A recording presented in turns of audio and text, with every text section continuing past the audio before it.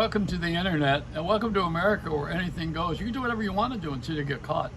And then you get mad and you call lawyers because you want them to defend not your behavior, but you want them to defend how you got caught.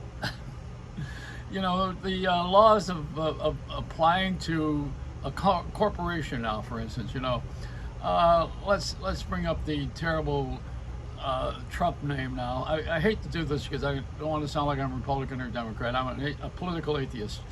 But the Trump organization is responsible for a lot of criminal activity, but it doesn't do anything against him because the corporation has protection. So forget that one. And he's just famous. That's all he is. You study from this wonderful book of When More Is Not Enough.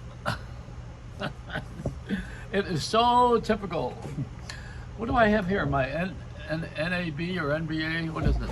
I don't know. NBA thing. It's NAB is the National Association of Broadcasters. The NBA is the National Basketball Association. The one we ought to really be interested in is the NRA, which is the not right always. So we have these organizations that are started for people who are special interest. I have a special interest in broadcasting, but I don't get to do it on the over-the-air radio and television. I have tower phobia. If it's on a tower, I have to make the sign of the cross and back up. And when we had the towers on radio, which we still have, but they don't use them, they use them for phone companies now because there's more money in real estate than there is in broadcasting. So now you got those towers, and Indians have to change the light bulb because they're the only ones who will climb that high. And that's it. That's the truth. When you want to have a bulb changed on something that's almost a mile high, you got to call the Indians to do it. And they go up there. After a little peyote, I may do it myself. I've been higher than the towers on occasion. Let me tell you what I learned here. Well, first of all, I think the new symbol for the anti-abortion should be this sperm count. This should be their logo. They put it on all their stationery, because the trouble begins with sperm, and having, this is the male syndrome. And then it leads to what I take for my diet here. I drink cock soup. It's actually very good. It's an antioxidant, and it's spicy. Oh, what was I going to tell you now? Yeah, the thing that happens here is my daughter visited, and she has a baby, only a couple months old, our little baby. And the baby, she visited from California, and she left behind breast milk. So I was thinking of using it in my cheesecake, but that would be a little too radical. You imagine having the breast of everything, Now, when someone was out of the formula, remember, for a while, I put this in a vault. We locked the fridge. I had 5 or 6 locks on it. Now, this is very important. It's mother's milk. And I'm thinking about, I didn't realize that it was so precious until they're out of it. When you're out of it, then you know how precious it is. And we do freeze it. Do you know that? Did you know that this? You probably didn't know. I've told the story before about when I did Satellite Live, which is the first satellite show in the country, if I might plug it. The show that I did had Lynn Redgrave on it, who was a movie actress, and her sister is Vanessa Redgrave from England. Lynn Redgrave had a brand new baby, and my wife had a brand new baby. And Lynn was being interviewed by me and handed the baby over to my wife to nurse her. So my wife had both fountains going. She had 2 babies, one on each of the breasts. And I said to Lynn, I didn't know that the parts were interchangeable. And anybody can nurse a baby if they have the milk. The baby's not going to suck dry. But there's definitely a need to have this stuff frozen. You got to keep it on hand. I don't know. Maybe I'm going to try it. Have my second childhood, be born again. I don't know. Is that NBA on there? Yeah, National Basketball. It really is. It's the wrong side. The NAB, I meant to say, National Association of Broadcasters. Those are the losers of the century. They screwed everything. Thank God for the pandemic, or they wouldn't have anything at all.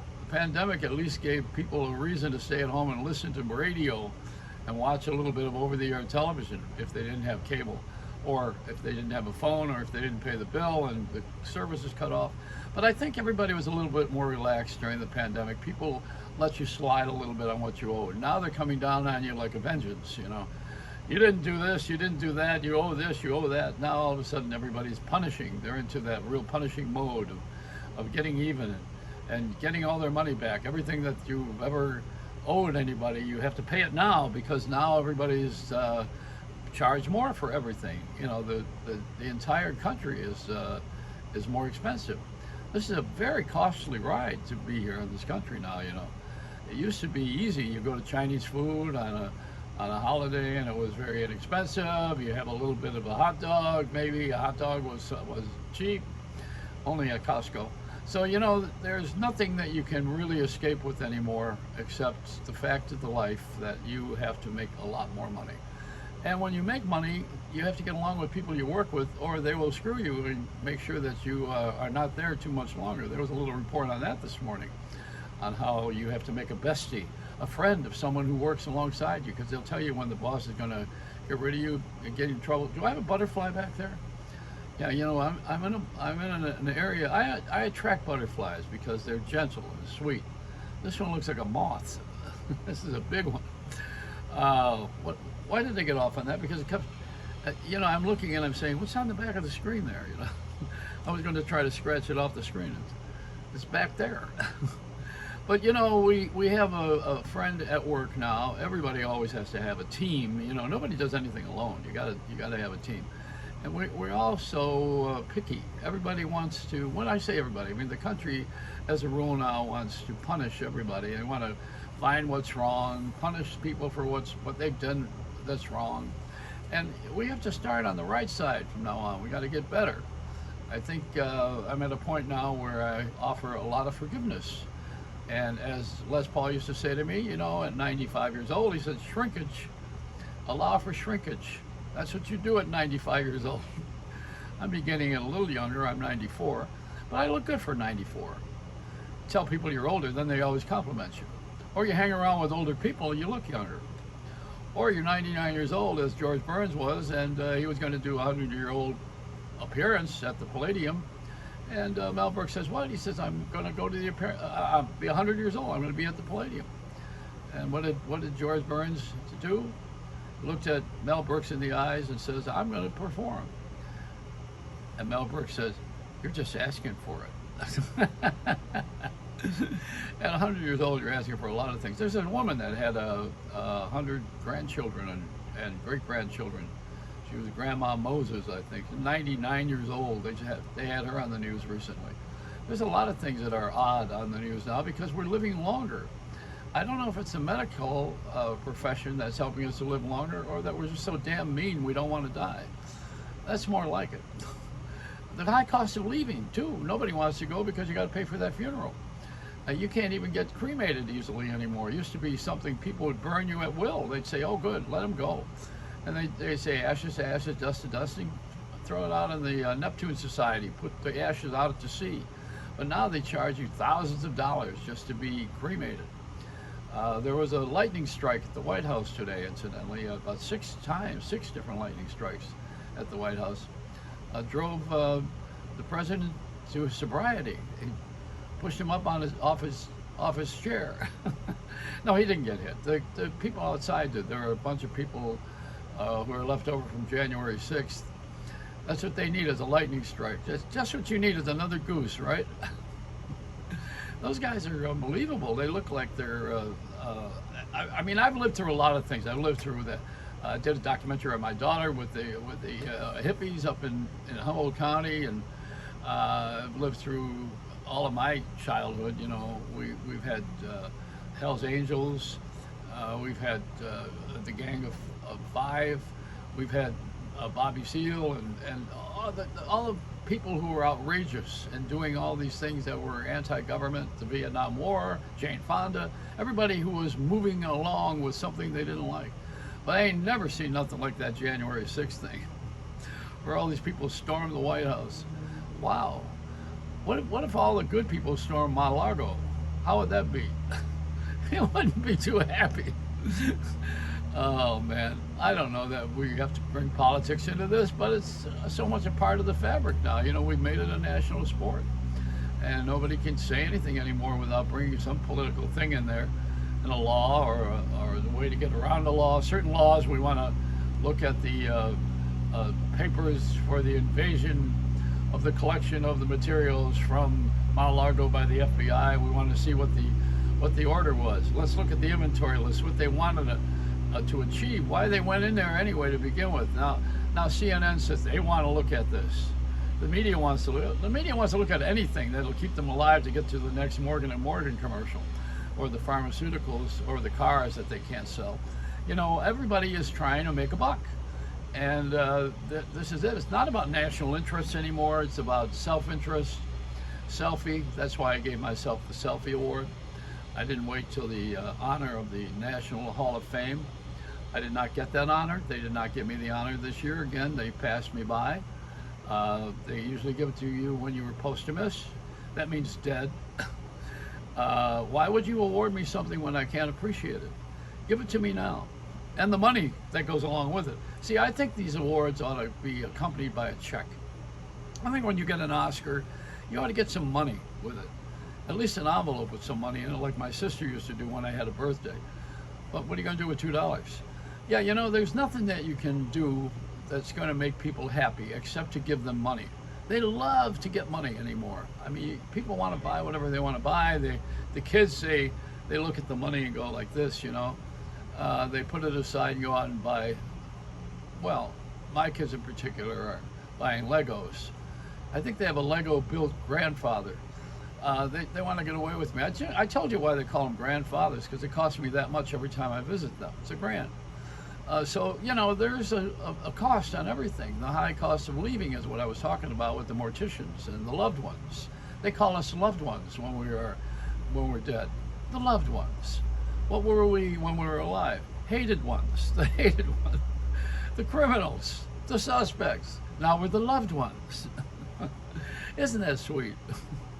And we're lying there waiting to go to the next place, and then nobody knows where we're going. That's the other part. There is not anybody that is going to be able to tell you afterlife. There are those people who try. They say, I came back. I was dead for 10 minutes. Yeah, well, why did you come back? If you're dead for 10 minutes, you think you want to come back to this? It must be something really bad on the other side if that's the case. Why would anyone come back to this if you're struck dead and there's a better life on the other side? They call it the other side. It's not a side. And heaven's not above, it's the heavens. I mean, it's a spiritual thing, it's a soul. And your soul is going to go somewhere. I think somewhere along the line, I will be considered a candidate. And when I get into that place where I pass, and you guys are going to call me the loved one, and the loved one will go, and you're going to have me cremated. I'm going to have to have a GoFundMe to get rid of my body. I don't know that I want to do that. Be on Shark Tank and just have sell a piece of me. The Joey Reynolds cheesecake, yeah, the cheesecake guy. I'm going to be offering that at the San Gennaro Feast on September 15 in New York City. The feast is until the 25th, I think it is, on Sunday. And I will be hosting the meatball eating contest. It has nothing to do with my cheesecake. We should have a cheesecake eating contest, but I'm not going to make that many.